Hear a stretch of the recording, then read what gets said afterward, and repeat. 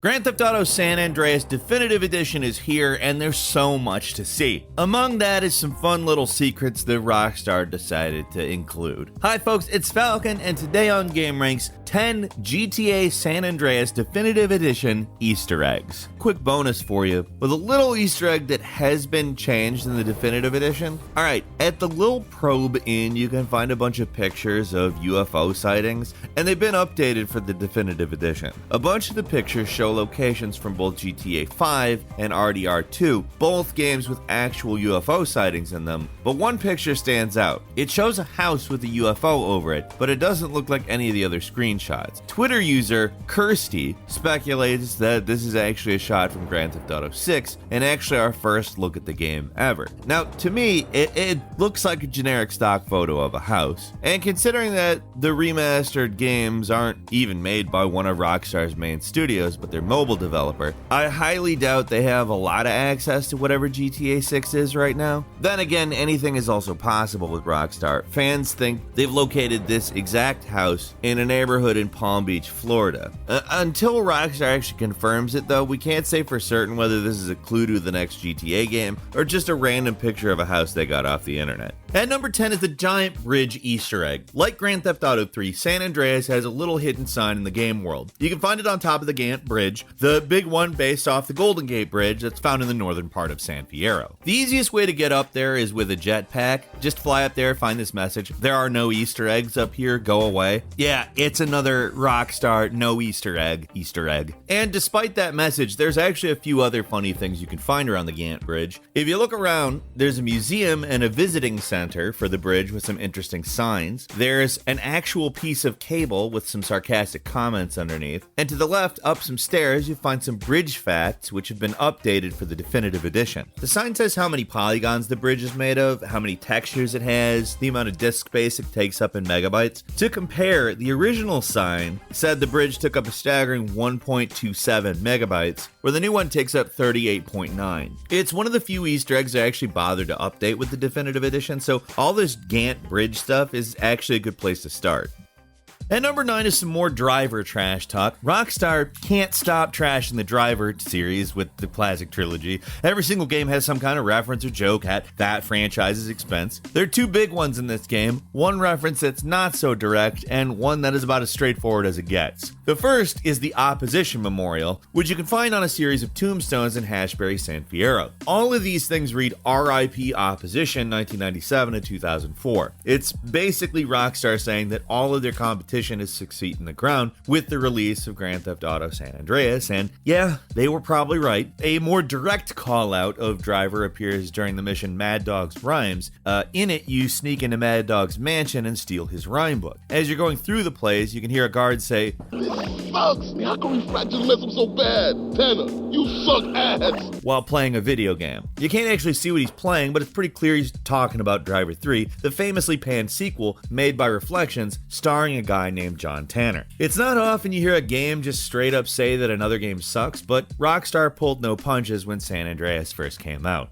At number 8 is a grab bag of Rockstar Games Easter eggs. There's a ton of little references and nods to Rockstar's other GTA games and franchises in San Andreas, so we'll throw some of the random ones together with this point. Maybe the most noticeable Easter egg is in Zero's RC shop. There's multiple action figures around like Tony Vercetti, Lance Vance from Vice City, as well as James Earl Cash and Pigsy from Manhunt. Speaking from Manhunt, there's a lot more references to that game here. A cool one can be found in the San Andreas police headquarters in Las Venturas. There's a cork board with pictures of James Earl Cash on them. Pretty hard to make out, but it's definitely him. There's also a reference to another Rockstar published game, Max Payne.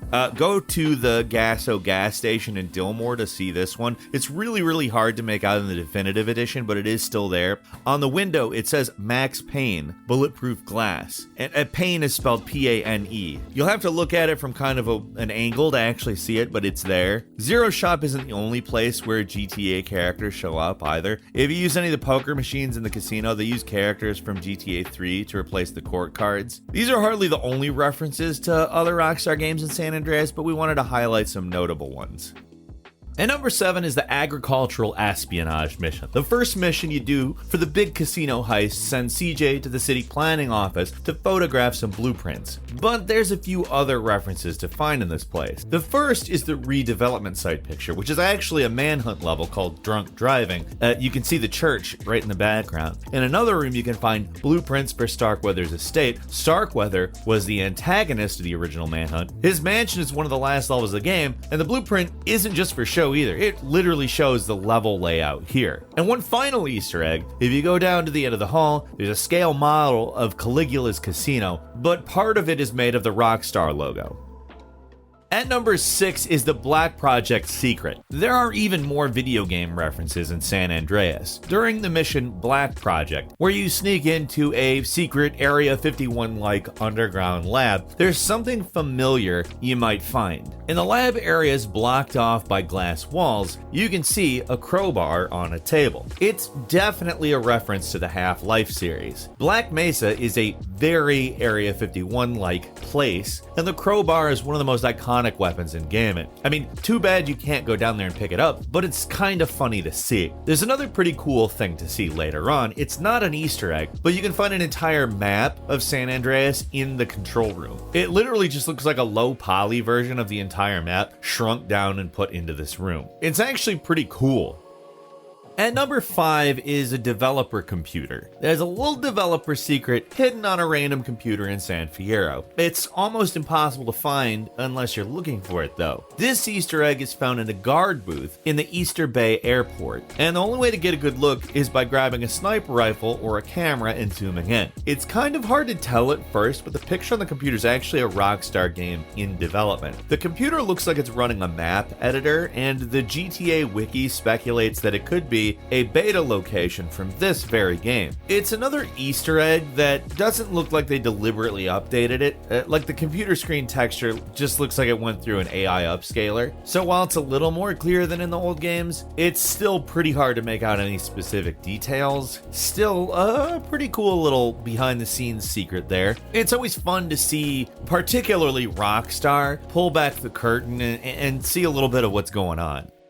And number 4 is Ghost Graffiti. One of the stranger Easter eggs in the original version of San Andreas is this. Some graffiti in a graveyard in Vinewood that says "Families for Life" that's only visible at night between 8 p.m. and 6 p.m. Why is it there? And for what reason? We really don't know. It appears again in the definitive edition, except for it never actually disappears. Kind of like the window lights forming the shape of a schlong in Vice City. You can see this one at pretty much any time of day in the new remasters. It kind of removes the mystique about this one, you know? The actual graffiti isn't an Easter egg by itself, it's nothing special, so having it up all the time kind of defeats the purpose. Like, it's not even the only Easter egg from the original game that's screwed up in the definitive edition, but it's definitely one of the most noticeable ones.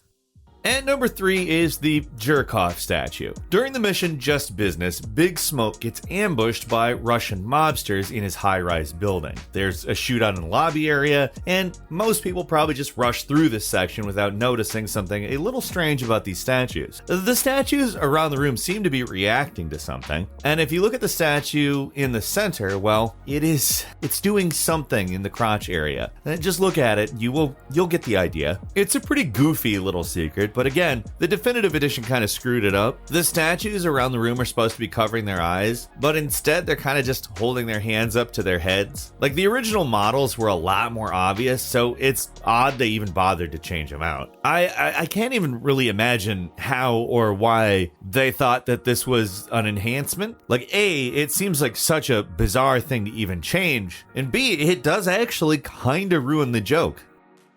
At number 2 is the Zombo Tech building, which is a reference to Resident Evil. San Fierro is filled with Easter eggs, but another funny one you can find is this random atrium. Inside, you see a sign for Zombo Tech, the sinister zombie research organization.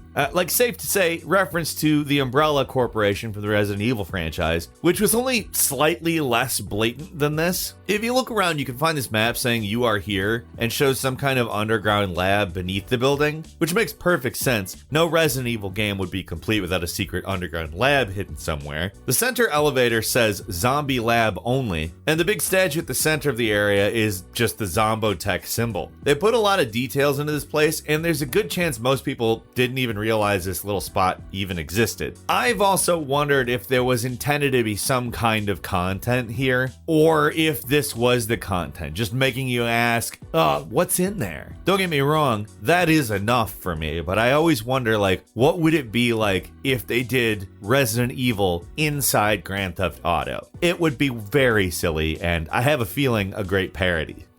And finally, at number 1, some other dirty joke Easter eggs. There's tons of little nasty little jokes hidden around San Andreas. Like, when I say that, I mean they're like everywhere. But let's focus on 2, no pun intended here, but big ones here. At the end of the Reuniting the Families mission, you escape from police by crashing through a sprunk billboard. The logo normally reads, "A taste of things to come," which changes to "a taste of cum" after you smash through it. We're not going to get too much into the explanation of why that's funny. Anybody who's old enough to understand has to be immature on some level as well to understand why that's funny.